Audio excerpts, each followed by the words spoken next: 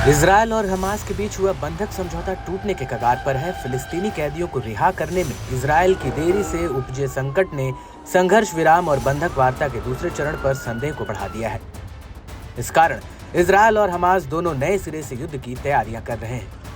35 दिनों के संघर्ष विराम ने हमास को अपनी बेहद कमजोर हो चुकी सेना को फिर से संगठित करने, 14 महीने की लड़ाई के दौरान बिखरे हुए यूनिट को फिर से बनाने और 7 अक्टूबर 2023 को किए गए हमले की तरह इजरायल पर फिर से नए हमले की तैयारी करने का बड़ा मौका दिया है। संघर्ष विराम के दौरान हजारों हमास लड़ाके वापस लौटने वाले नागरिकों के साथ मिलकर अपने अपने ठिकानों पर पहुंच चुके हैं।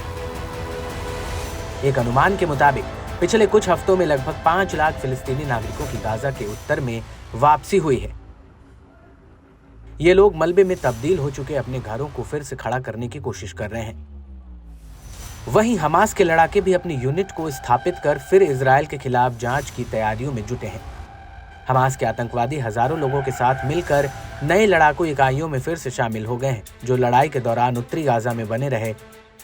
हालांकि इजरायली सुरक्षा अधिकारियों का आकलन है कि ये नई प्लानिंग हमास के काम नहीं आने वाली है, क्योंकि हमास के पास न बंकर है, न लीडर्स, न है नेटवर्क। इसलिए हमास के लिए दोबारा सिर उठाना आसान नहीं है। इजरायली सेना की निगरानी यूनिट ने गाजा में रॉकेट लॉन्चर और कैमरा इंस्टॉलेशन की पहचान की है। इससे हमास की सैन्य तैयारियों को लेकर बड़ा खुलासा हुआ है। इन तैयारियों के बीच पिछले सप्ताह गाजा में कम से कम 3 रॉकेट दागे गए। निगरानी ड्रोन भी लॉन्च किए गए। हालांकि ड्रोन के माध्यम से उपकरणों की तस्करी करने के इजरायली अरबों के प्रयासों को रोक दिया गया। गाजा की नागरिक सुरक्षा एजेंसी ने मंगलवार को बताया कि पिछले हफ्ते से क्षेत्र में पड़ रही भीषण ठंड की वजह से नवजात शिशुओं की मौत हो गई है।